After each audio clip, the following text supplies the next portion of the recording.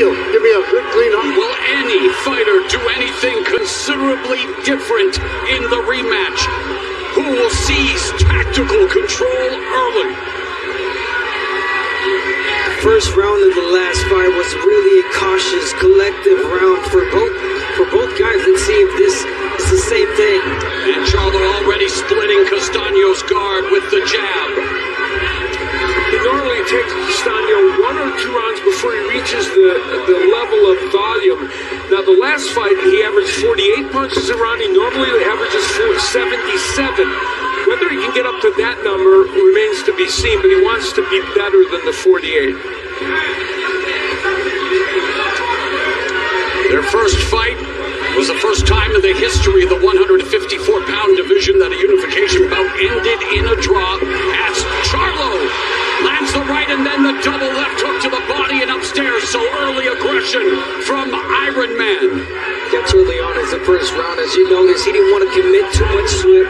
He landed a 1-2 body shot, and he pulled right back, got in place to the distance to maintain that jab. Pumping an effective hard jab at Castaño. Looking to walk him down. Castaño going to the body and then gets countered with a right hand from Charlo. Castaño working to the body with the jab. That was one thing I thought they would try in this fight. It's a different maneuver to help lower that guard and give him a chance to work his way in. There have been only 8 draws in the history of boxing in unification fights.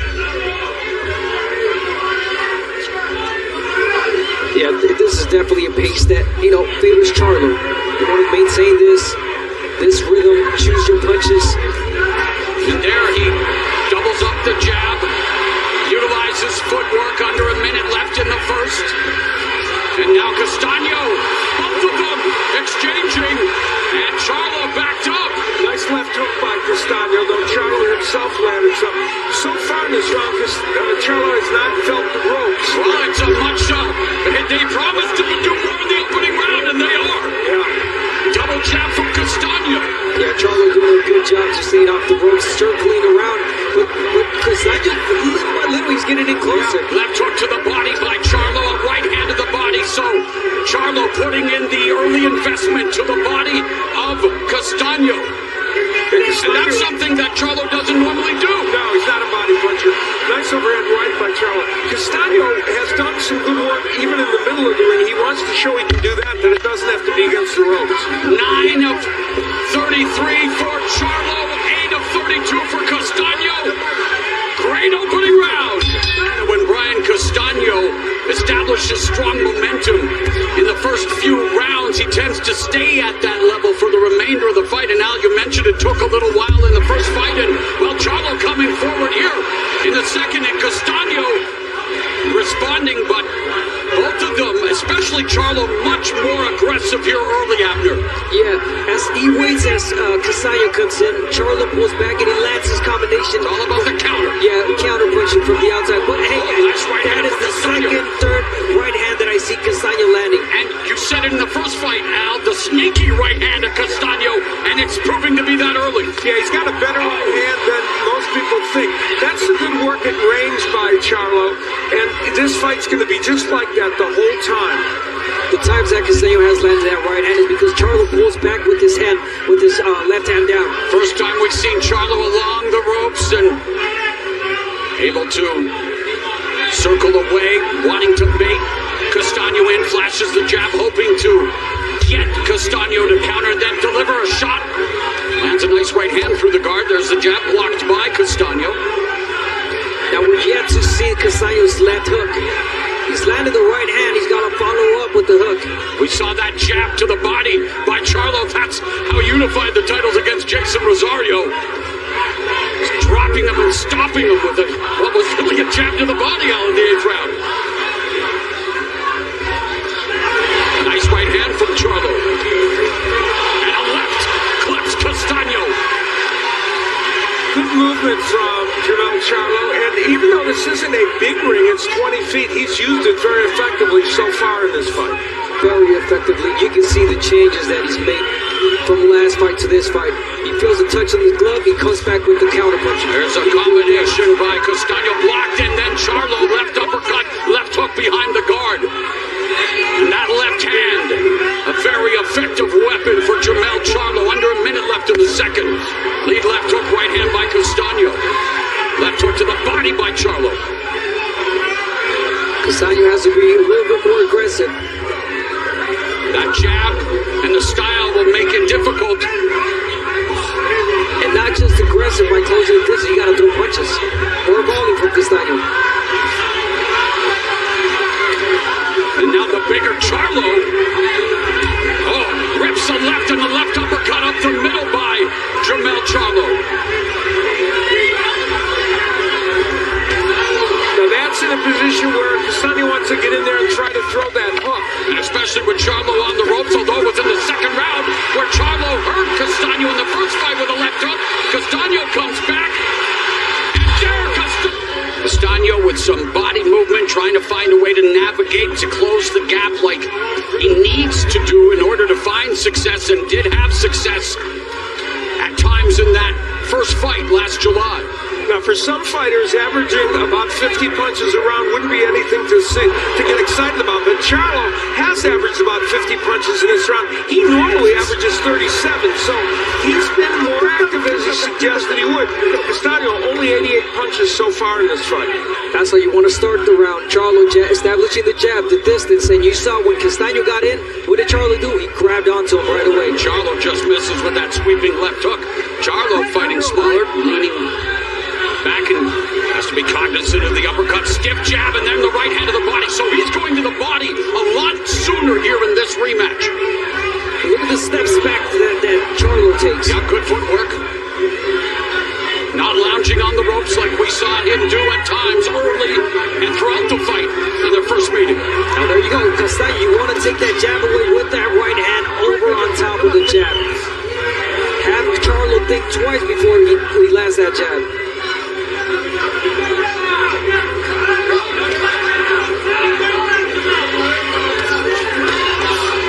Minute and a half left in the third. Charlo goes to the body before going upstairs with a left hook and then the jab. Castono with the left. And oh, that right uppercut caught Castono, but he ate it well. Castono landed the left hook to the body, wanted to double, but Charlo did a very good job of exiting that situation. Castono showed us a great chin in the first fight, and again in this fight. And I mean, really, both fighters. Right. Yeah, because Castono has great power in his land. He hurt Charlo. And it was in the third round of the first fight where he clipped Charlo with the left hook. Late. And this is a much closer round than round three. I don't know whether Castono's doing enough to win it, but he's thrown more punches and has landed some. There was a nice left hook. And there's a left by Charlo. Charlo had responsible defense in that first fight, but now they are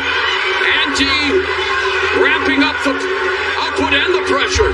And this is what makes this fight so exciting, because that's where Castono wants to be, in the inside. But guess what? Charlo's a great counterpuncher, and he comes back with this 1-2 punch like he did right there. Oh, and there's a left hook by Castono, a left hook by Charlo in the late stages of the third. You can feel Castono, though, warming to the task a little bit in this round. Charlo just misses with the right cross. And Castono throwing 68 punches, landing 18 in this round, compared to 11 of 48 for Charlo. So another good round for Castono here in round three, much like the first fight. Shots on the inside and the uppercut. He said, don't even worry about the head. Yeah, we also saw Juwan Guzman, one of the best defensive fighters, that I got to witness and see as a fighter. He was in Jermel's corner. Yeah, he speaks very highly about what Guzman has brought to the team. His defense, jab is a great defensive weapon. He can set up a nasty offensive attack. For the first time, Castono is feinting and he's using some head movement. He was kind of coming in on a straight line before. Let's see if that makes him get inside better. Charlo rips a left hook to the body. Castono comes back, countered by Charlo again. Clipped him with the right and the left. And Castono standing his ground, but has to be careful against a guy like Charlo. Yeah, that was a great speed, great combination from Charlo. Again, Castono keeps coming. Yes, he does. Closing the gap, with Charlo landing some good shots. There's the right hand. You want to follow up with the hook. And in that first fight, we saw Castono utilize a combination of aggression mixed with disarm and mute the attack of Charlo. One of the questions will be, and Charlo's landing some very nice counter punches here.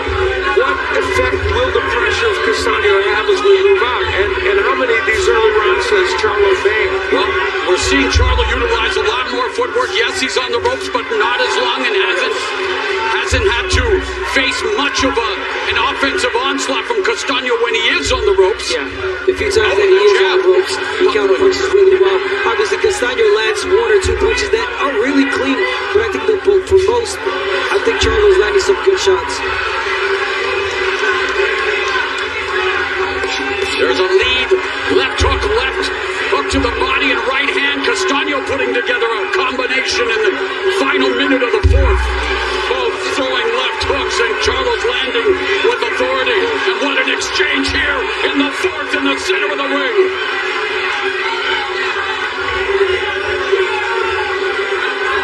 Both fighters doing exactly what they needed to do for this fight. Yeah, it's just a question of who's doing it better and who's doing more. There's that jab splitting the guard of Castaño by Charlo. Under 30 seconds left in the fourth. Castaño continues to stalk. Charlo lands a left upstairs. There's a right uppercut by Charlo, trying to avoid these shots on the ropes. Boy, when you fight Brian Castono, you got Jermel Charlo's corner. Round number 5. Scheduled for 12. To determine the first undisputed male 154-pound champion. It's a scary thing, but those are the risks that Castaño has to take in the inside. He has to throw volume punching and hoping he doesn't get countered. That left was at the bell line by Charlo. And there's a counter left by Charlo. Once again. But Castaño keeps coming, and Charlo on the back foot. It's the interesting thing about this, and Brian Castono just always keeps coming in. And of course, Charlo's doing some good counter work, but Charlo doesn't stop. Castaño undefeated. Charlo launching the right hand off the ropes. These styles are just perfect for each other, really. For an exciting match. And most of the time, you have two face-to-face, all brawl type of fight. But this is a clean. The referee really hasn't intervened in this fight.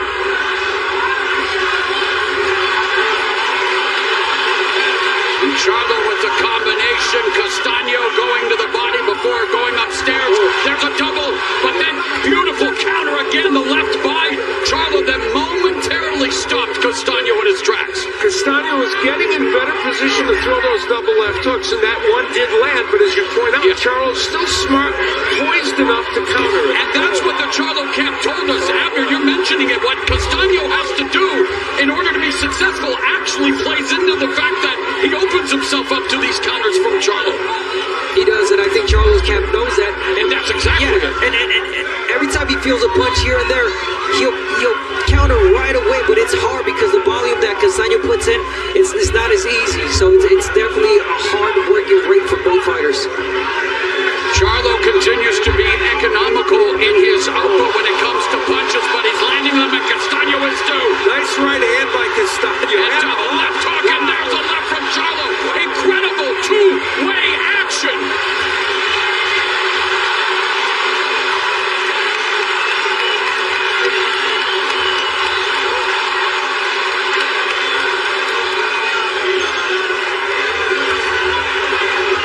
The roar of the crowd, all the commentary. You need less than 30 seconds left. Over 7,000 fans here as Charlo just jolted Castaño with a right uppercut. And there's the combination backing Castaño up. 15 seconds left in the fifth.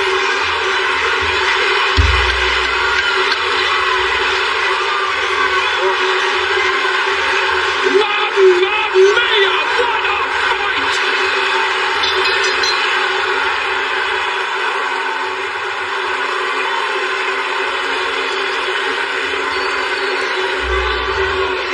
Something that Charlo did really beautiful when he heard Castaño. Well, he got a good shot in. He did a sidestep. He created a gap, and he landed a nice uppercut. I want to see that from him. When in the up in the closest distance. Castaño leading with the right hand,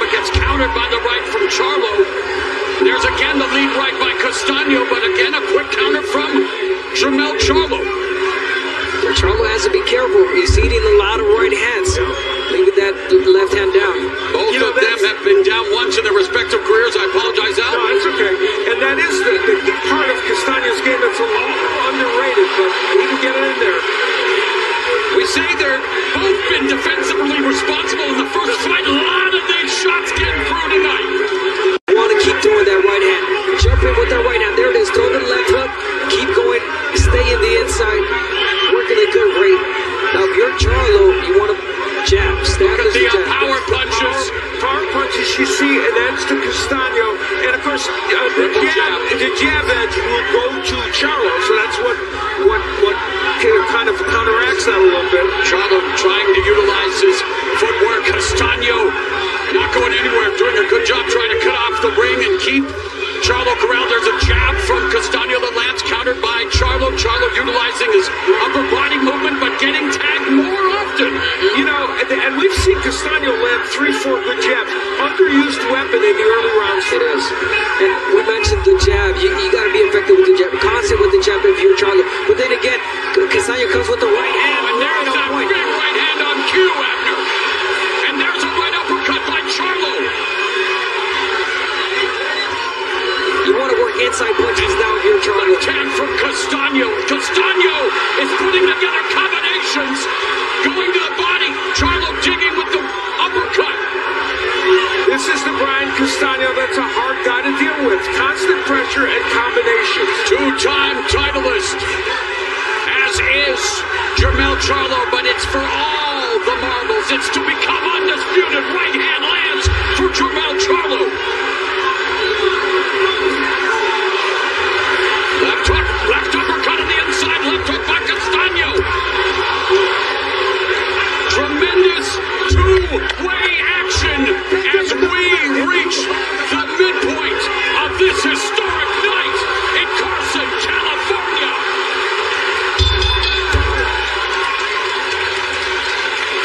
Division meeting at the summit, looking to become just the 7th male undisputed champion in the 4-belt era. Castaño looking to become the first South American undisputed champ. Now, call me crazy, but I think Charlo has to keep this fight in the center of the ring. That's what he said. You don't want to box too much. You're tiring yourself a lot. Keep that fight right where it is right now. All right, let's bring in our unofficial scorer, Steve Farhood. How do you have it at the halfway point, my friend? Oh, I have it dead even, 57-57. I gave the first 3 to Charlo, the next 3 to Castaño. It seems like when they brawl and exchange, Castaño gets the edge. For what it's worth, after 6 rounds in the first fight, the fight was even. After 6 rounds here, I have it even. The ebb and Deja flow. vu all over again. Yeah, the ebb and flow of another scintillating show between Jermel Charlo and Brian Castono. When it comes to adjustments as we begin the second half here, Abner, looking at what Castaño has been doing well, what would you like to see him do more of as Charlo comes forward with the combination? You're touching him with that right hand. Take the jab away with that right hand, and that's exactly what he's doing. Because Charlo's not throwing it as much because he's scared of getting hit with the right hand. How about that left hook? Back Castaño up. Another counter left. Staggered Brian Castaño. And that's the well-timed hook from Charlo. But boy, he could take a shot, Al. Yeah, that's for sure. And Al, I was going to ask you about Charlo. I guess what he's doing is what you'd like to see him do more of. Yeah, you know, he needs to make sure, as Abner said, that he stays in the center of the ring, uses the jab and a straight right hand, and doesn't get into those wild exchanges as much, although he lands big power punches sometimes when he does.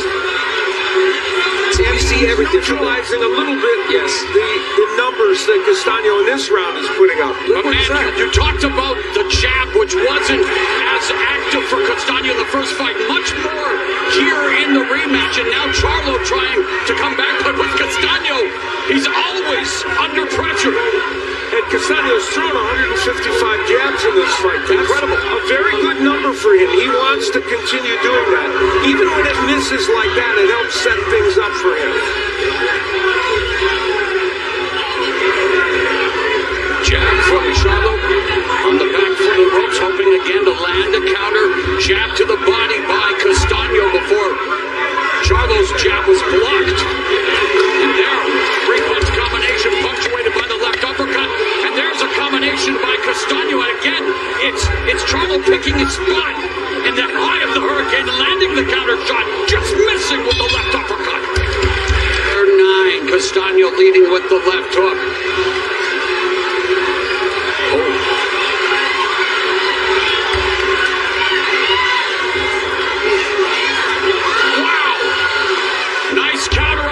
Again, the left hook, and we're seeing some wear and tear on the face of Brian Castono, but neither fighter yet to go down, and they've thrown some heavy shots throughout this fight. And there's a nice combination. Scores for Charlo. Yeah, Charlo has found something, and that's a counter punching. On the ropes, off the ropes. In the last several rounds, Charlo has boxed very effectively. And he's now landing that textbook 1-2 through the guard of Castono in the center of the ring, where Jermel Charlo would love to keep this fight. It's all about rhythm. You gotta feel that rhythm. Jab, jab, one step back, come back. It's all rhythm in boxing, really. And Castono, while he's pushing forward in the last several rounds, hasn't been throwing the punches to get on the inside, but not jabbing his way in, and not throwing those combinations. There. You want to keep throwing. If you're Castono, you want to keep it going. There's his spot to try and do it, and Charlo does a great job of getting off the ropes. More than 1,000 punches thrown in this championship fight, just past the midpoint of round number 9. The rematch exceeding expectations. And the power connects. You see, that's everything other than the jab. So you see the edge to Castono. He is, according to show stats, leading in that department. But Charlo's certainly doing better in the jab department. And it's also where those punches are framed in what rounds. That's Castono putting pressure on, three-punch combination by Charlo coming back. But Charlo now has to put together these combinations. Has to up the offense, much like Derek James wanted him to do at this stage of the fight the last time around, and he responded. Remember, he swept all 3 the final rounds on the judges' scorecards in their first fight. 30 seconds left in the 9th. Castono coming forward, clipped again with the left hook upstairs, and another double left hook, left uppercut by Castono. Yeah, they're still stopping it, Castono, and again, taking these risks. No stopping Charlo either. Of course not. But Castono has to bring in the fight, with Charlo doing a fine job of countering. I want to see a little bit more uppercuts in the inside for Charlo. We are definitely seeing more combinations from Charlo than we saw in the first fight, but Castono now going upstairs and landing.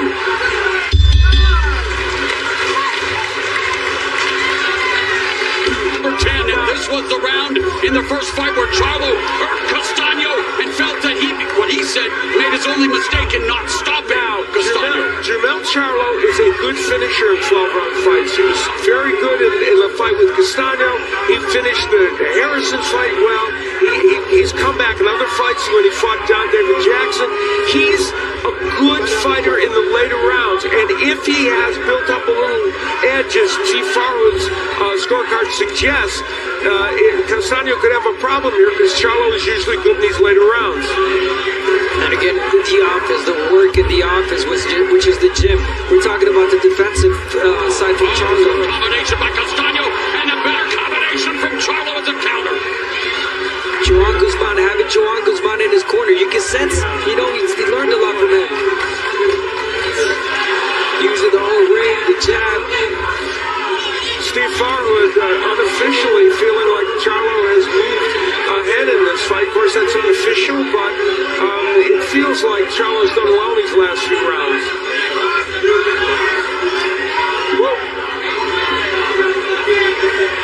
And Castono normally is good at cutting the ring off. Hasn't been able to do that as well against Charlo, especially these last 3 or 4 rounds.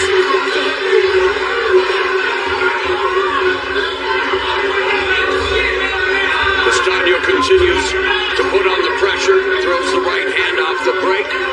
Great footwork from Charlo. Yeah, I was going to say, really resetting. And what is footwork? People say, people think that it's just running around and that's footwork. No. Right hand from Castono. Nice right hand. Oh, and Charlo comes back with a combination. action. Final minute. Finish your thought on footwork. Yeah, followed it up. I mean, it's being placed at the right time. There it is. You put yourself in for the uppercut. Oh, Brian Castono. A delayed reaction.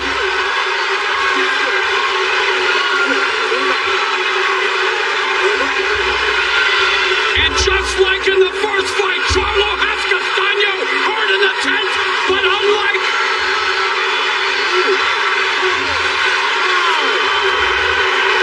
the first fight, Charlo closes the show in the rematch in round 10. And Jermel Iron Man Charlo, who turns 32 in